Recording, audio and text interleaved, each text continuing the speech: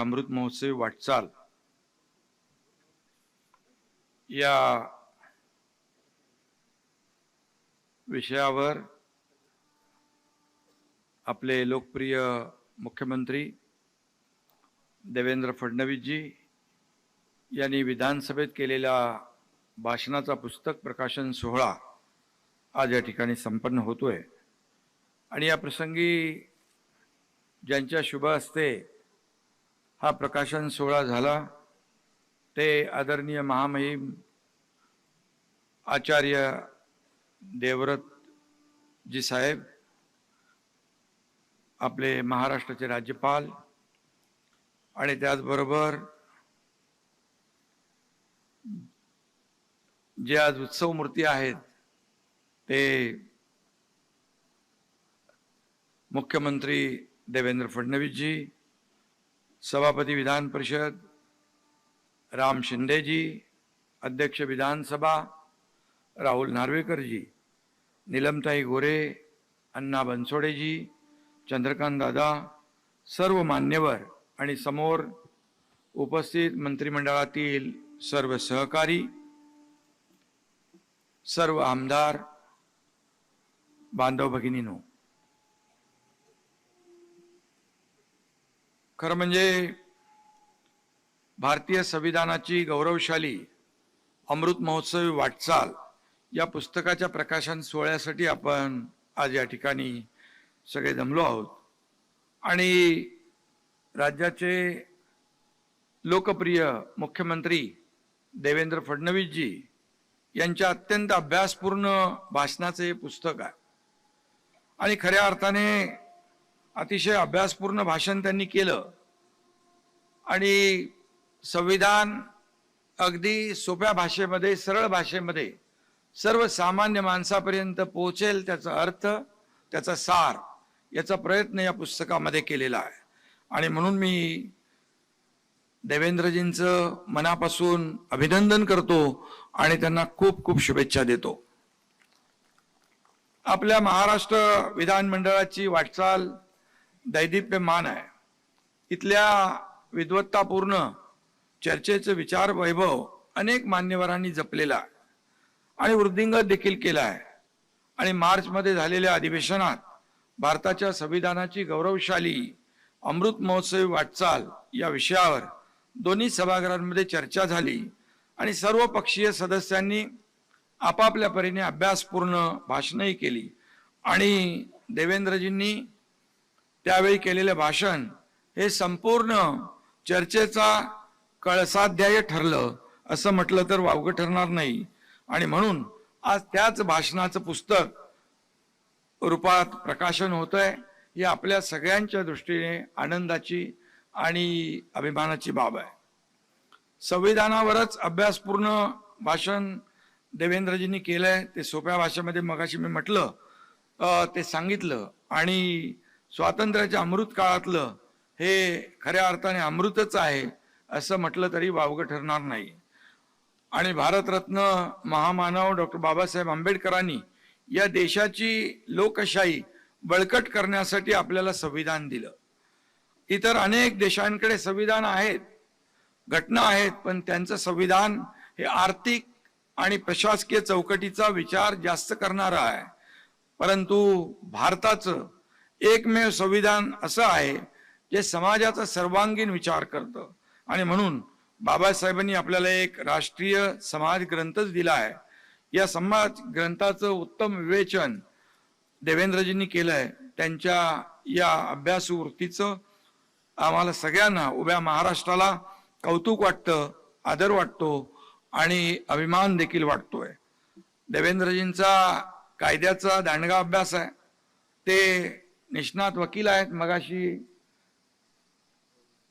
अध्यक्षांनी सांगितलं, अध्यक्ष देखील एक चांगले वकील आहेत आणि सभागृहामध्ये कुठल्याही प्रसंगाला ते अतिशय हातोटीने, कौशल्याने हाताळतात आणि म्हणून देवेंद्रजी वकील आहेत, अर्थशास्त्रातही ते तरबेज आहेत, प्रशासनावर देखील त्यांची पकड आहे, लोकप्रिय आणि कार्यक्षम मुख्यमंत्री म्हणून त्यांनी लौकिक देखील कमवलेला आहे।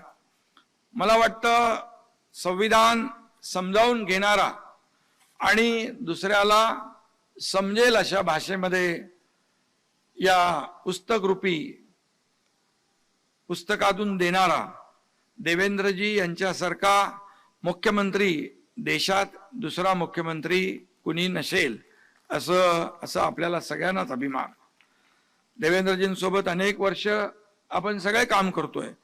त्यांची विचार करण्याची पद्धत, निर्णय घेण्याची क्षमता, हे सगळं आपण सगळ्यांनी जवळून पाहिलेलं आहे. देवेंद्र फडणवीसजी यांचं महत्वाचं कौशल्य म्हणजे मुद्देसूद मांडणी. कुठल्याही विषयाचा व्यवस्थित अभ्यास करूनच ते बोलतात, त्यामुळे समोरच्यावर त्यांच्या बोलण्याची छाप पडते, आपल्या सगळ्यांना माहीत आहे. आणि त्यांच्या भक्कम निर्धाराला मेहनतीची जोड आहे, कष्टाची जोड आहे. आणि नागपूर आहे इकडे, ते सावजीसारखे तिखट आणि नागपुरी संत्रासारखे गोड आहेत असं म्हटलं तर वावगट.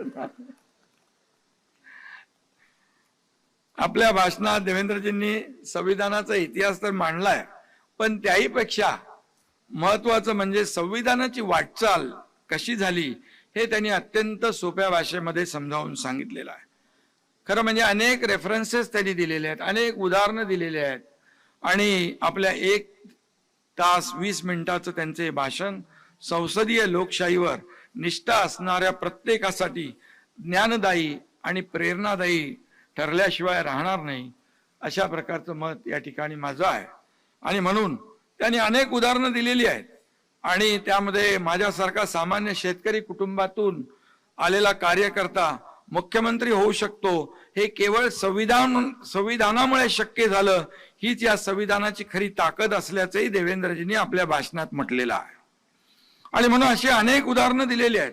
राज्यघटना बदलली जाणार असं फेक नरेटिव्ह देखील काही त्यावेळेस अनेकांनी पसरवलं आणि त्याचाही पर्दाफाश आपल्या भाषणामध्ये देवेंद्रजींनी केला होता. 370 कलमाला भारतरत्न डॉक्टर बाबासाहेब आंबेडकरांचा विरोध होता, त्यांची भूमिका देखील देवेंद्रजींनी दाखले देत सविस्तरपणे मांडली होती. आणि म्हणून बाबासाहेबांची भूमिका प्रत्यक्षात आणण्याचं ऐतिहासिक काम प्रधानमंत्री नरेंद्र मोदीजी आणि गृहमंत्री अमित भाई यांनी पूर्ण केली, असा महत्वपूर्ण उल्लेख देखील त्यांनी आपल्या भाषणामध्ये केलेला आहे. आणि म्हणून मला देखील अभिमान आहे, आमच्या हिंदुहृदय सम्राट बाळासाहेब ठाकरेचं देखील ते स्वप्न होतं आणि ते देखील स्वप्न पूर्ण झालं. आणि म्हणून भारतरत्न बाबासाहेब आणि त्यांची भूमिका पुढे नेणारे आणि बाळासाहेबांचं स्वप्न साकार करणारे देशाचे लोकप्रिय प्रधानमंत्री नरेंद्र मोदीजी आणि कणखर गृहमंत्री अमित भाईंचा देखील अभिमान आपल्याला सगळ्यांनाच आहे, त्याचाही उल्लेख त्यांनी केलाय. देवेंद्रजी स्वतः मी मगाशी म्हणालो वकील आहेत, त्यामुळे अचूक युक्तिवाद करण्यात त्यांचा हात कोणी धरू शकत नाही. अनेक विषयांची माहिती आणि आकडेवारी त्यांना तोंडपाठ असते. देवेंद्रजी विधिमंडळात आक्रमक भाषण देखील करतात. विरोधी पक्षात होते त्यावेळी केली. कधीतरी जेव्हा समोरून काही चुकीच्या पद्धतीने आरोप प्रत्यारोप होतात त्याही वेळी आपण त्यांचा आक्रमकपणा पाहिलेला आहे. परंतु देवेंद्रजींच्या उत्तरानंतर सभागृहातलं वातावरण देखील पूर्णपणे बदलून जातं, हे सत्ताधारी पक्ष आणि विरोधी पक्ष दोघांनी पाहिलेलं आहे.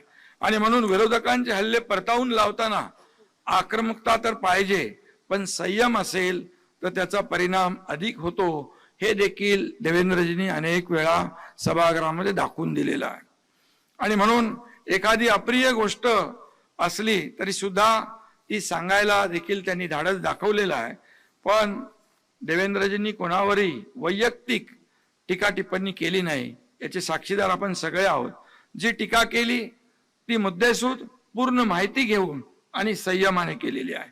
हसत खेळत विरोधकांना चितपट करण्याची क्षमता त्यांच्याकडे आहे, ती त्यांनी अनेक वेळा दाखवलेली आहे. टीका, ट्रोलिंग, टेन्शन, टोमणे सहन करण्याची त्यांची क्षमता अफाट आहे.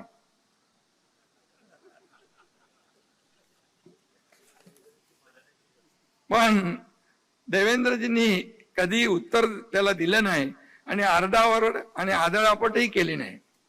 ज्यांना उत्तर द्यायचं असेल त्यांना ते बरोबर उत्तर देतात. अंगावर आलेल्या विरोधकांचा करेक्ट कार्यक्रमही ते करतात आणि त्यामुळे गमतीचा भाग आहे. आणि खरं म्हणजे मी सांगेन देवेंद्र जी, आपका दिल भी जगह पर, दिमाग भी ठिकाने पर, दोस्त भी अपनी जगह और दुश्मन भी निशाने पर, अशा प्रकारचं काम तुम्ही करा. एकाच वेळी तुम्ही काय काय करू शकता हे तुम्ही दाखवलेलं आहे. हे काही लोकांना कळलंय, काही लोकांना कळलेलं नाही.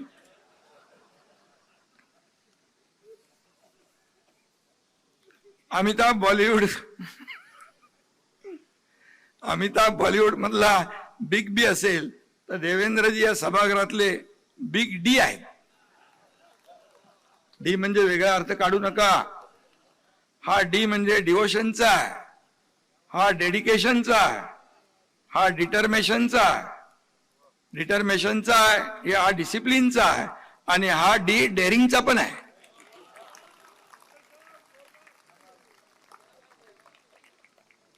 अरे नागपूरच्या थंडीमध्ये काहीतरी परिस्थिती किती गंभीर असली तरी ते कायम खंबीरच असतात. आणि म्हणून कारण ते कायम थंड डोक्याने परिस्थितीला सामोरे जात असतात. आपण म्हणतो डोक्यावर बर्फ ठेवतो, पण मला वाटतं त्यांच्या डोक्यावर बर्फाची लादी ठेवतात वाटतं. नगरसेवक, महापौर, विरोधी पक्षनेता, मुख्यमंत्री, उपमुख्यमंत्री, पुन्हा मुख्यमंत्री असा प्रवास त्यांनी केलाय. महायुतीमधील सहकारी अशा अनेक भूमिकांमध्ये मी त्यांना पाहिलेला आहे आणि मी अगदी जवळून पाहिलंय. अनेक वर्षापासून जेव्हापासून ते आमदार होते, तर मॅजेस्टिक मध्ये तिथं आपल्या त्या छोट्या रूम मध्ये सगळी पुस्तकं वाचायचे. ते फार अभ्यासाने त्यांनी कष्ट घेतलेले आहेत. एकदा महापालिकेचं आमचे एक महापौराचं प्रकरण होतं, तेव्हा मी गेलो होतो आणि एका छोट्या रूम मध्ये त्यांचं चाललं होतं पुस्तकं सगळी चाळायचं काम. आणि त्यामुळे कष्ट आणि मेहनत घेतल्याशिवाय हे सगळे अचिव्हमेंट होत नाहीये. आणि म्हणून मी एवढंच सांगतो की अनेक प्रसंग त्यांच्या जीवनामध्ये आले. कर्करोगाने वडिलांच्या निधनानंतर नागपुरात कॅन्सर हॉस्पिटल उभारून कॅन्सरच्या रुग्णांना मायेचा आधार देणारा हळवा माणूसही त्यांच्यामध्ये मी पाहिलेला आहे, आपणही पाहिलेला आहे. 2022 साली जेव्हा आम्ही निर्णायक पाऊल उचलायचं ठरवलं तेव्हा खंबीर पाठिंबा देणारा त्यांच्यातला एक सच्चा दोस्तही मी पाहिलेला आहे. आणि त्यावेळेस अनेकदा ते मला हुडी घालून भेटायला यायचे, परंतु त्यांच्या या हुडीने विरोधकांना हुडहुडी भरली होती. विजयराव, तुम्हाला नाही बोलत मी, परंतु कधी म्हणजे अनेक अनुभव आहेत, सगळे आता सांगता येणार नाही, इथं वेळ नाहीये. तेव्हा आपण एक नंतर त्याच्यासाठी एक कार्यक्रम वेगळा लावू. अनेक गोष्टी आहेत, अनेक थोड्याशा माहीत आहेत आपल्याला, बऱ्याचशा माहीत नाहीत. त्यामुळे आणि म्हणून त्यांनी नेहमी दाखवून दिलेलं आहे, यारो का हूं मैं यार, दुश्मनों का दुश्मन, हे त्यांनी अनेकदा दाखवलंय. कारण आमचा त्यावेळचा लढा जो आहे तो विचारांसाठी होता. जनमताचा आदर न राखणाऱ्या आणि लोकशाहीच्या विरोधामध्ये, किंबहुना बाळासाहेबांचे विचार त्यावेळेस जे काही पायदळी तुडवण्याचं काम झालं त्याच्या विरोधामध्ये आमचा तो लढा होता. आणि त्यावेळेस देवेंद्रजी आणि आम्ही त्या वेळेस जे काही केलं आपल्याला माहित आहे, मी त्याच्यामध्ये जात नाही. परंतु महाराष्ट्रातल्या सर्वसामान्य लोकांना जे सरकार पाहिजे महायुतीचं ते आम्ही आणलं, याचा देखील मला अभिमान आहे. आणि त्यावेळेस देवेंद्रजी देखील सगळं सांगता येणार नाही, तेच म्हणतात सांगू नका. आणि म्हणून त्यांची आणि माझी मैत्री देखील आहे, ती गेल्या अनेक वर्षापासून आहे, ती अनेकांना न कळणारी आहे. हम वो नहीं जो दिल तोड़ देंगे, हम वो नहीं जो दिल तोड़ देंगे, थाम कर हाथ फिर साथ छोड़ देंगे. पानी की तरह है ये दोस्ती हमारी, पानी की तरह ये दोस्ती हमारी, कोई कितना भी चाहे हम जुदा नहीं होंगे, जुदा नहीं होंगे. चलो, अरे आता हे जे काही चालू आहे त्याच्यावर बोललोय मी. काय पत्रकार बोलतात, काय रे तुम्ही हसत नाही, बोलत नाही, अबोला धरलाय का? आता मी त्या दिवशी म्हणालो, आता आम्ही जे बोलू ते तुमच्याकडे रेकॉर्डिंग करून पाठवू, नाही तर फोटो इंस्टाग्रामवर पाठवू. देवेंद्रजींनी यापूर्वी बजेट कसं वाचावं यावरही देखील एक अभ्यासपूर्ण पुस्तक लिहिलंय. त्यातूनही अनेकांना मार्गदर्शन मिळाले. खरं म्हणजे राज्यपाल महोदय जी, वो बजट का किताब इतना बड़ा बड़ा रहता है, तो बड़ी बैग पहले मिलती थी और वो बाकी लोगों को पढ़ने की इच्छा होगी, पढ़ते थे भी लोग, लेकिन वो ऐसे आसान सरल भाषा में उन्होंने बजट कैसे पढ़ना ये बताया, तो फिर बजट लोग पढ़ने लग गए. और आज का भी जो है वो भी काम उन्होंने वैसे ही किया है. आणि म्हणून त्या बजेट कसं वाचावं या पुस्तकातून देखील अनेक लोकांना मार्गदर्शन मिळालं. आज प्रसिद्ध होणारं पुस्तकही अनेकांसाठी दिशादर्शक ठरणार आहे. तुम्ही अशीच अभ्यासपूर्ण आणि मार्गदर्शक भाषणं करत राहा. अशी अनेक पुस्तकं तुमच्याकडून या महाराष्ट्राला मिळत राहो अशा आम्ही शुभेच्छा आपल्याला देतो. देवेंद्रजींचं हे पुस्तक इतरही भाषांमध्ये, आपण अध्यक्ष आणि सभापती आहेत, आपण इतरही भाषांमध्ये ते कसं प्रकाशित होईल यासाठी देखील आपला प्रयत्न असेल. हे पुस्तक जे आहे महाराष्ट्रातल्या प्रत्येक शाळा आणि महाविद्यालयात, प्रत्येक लायब्ररीमध्ये पोहोचलं पाहिजे अशा प्रकारची भावना या ठिकाणी व्यक्त करतो. राज्यशास्त्राच्या विद्यार्थ्यांनी हे पुस्तक संदर्भ ग्रंथ, रेफरन्स म्हणून नेहमी हाताशी ठेवलं पाहिजे. विद्यार्थ्यांनी नाहीतर आपल्यासारख्या लोकप्रतिनिधींनी देखील हे पुस्तक वाचलं पाहिजे, एकमेकांना भेट दिली पाहिजे. तसा प्रकारचा देखील प्रयत्न आपण केला पाहिजे. लाल चोपडी दाखवून संविधान खतरे में अशा आरोळ्या देत काही जण देश परदेशात देखील फेक नॅरेटिव्ह पसरवतात. ते मला वाटतं आपण हे मगाशी आपली चर्चा झाली, हे लोकसभेच्या पूर्वी हे पुस्तक प्रकाशित व्हायला पाहिजे होतं, लोकसभेच्या अगोदर. त्यामुळे बऱ्याचशा याच्यामधून, आज काय मी कोणावर टीका करत नाही, ते होते विजयराव, ते पण तिथून गेले वाटतं. आणि म्हणून मी आपल्याला एवढंच सांगतो की त्यांच्या काळात संविधानात सर्वाधिक बदल देखील करण्यात आले, ज्यांनी फेक नॅरेटिव्ह पसरवला, परंतु ते जाऊ दे आता. आणि या सर्व जर आज आपण पाहिलं तर हे पुस्तक जे आहे अतिशय सरळ सोप्या भाषेमध्ये सर्व सामान्य लोकांना, सर्वसामान्य नागरिकांना मला वाटतं समजेल आणि ते आपण जरूर सगळे वाचतील अशा प्रकारचा विश्वास या ठिकाणी मी व्यक्त करतो. आणि डॉक्टर बाबासाहेब आंबेडकरांनी दिलेले हे संविधान अबाधित राखण्यासाठी, शेवटच्या माणसापर्यंत विकास पोहोचवण्यासाठी आम्ही कटिबद्ध आहोत अशा प्रकारची ग्वाही देखील या ठिकाणी देतो. आणि महाराष्ट्र विधिमंडळ सचिवालय यांना धन्यवाद, दोन्ही आपले सभापती, अध्यक्ष यांचं अभिनंदन, मनापासून शुभेच्छा, धन्यवाद. जय हिंद, जय महाराष्ट्र, जय संविधान.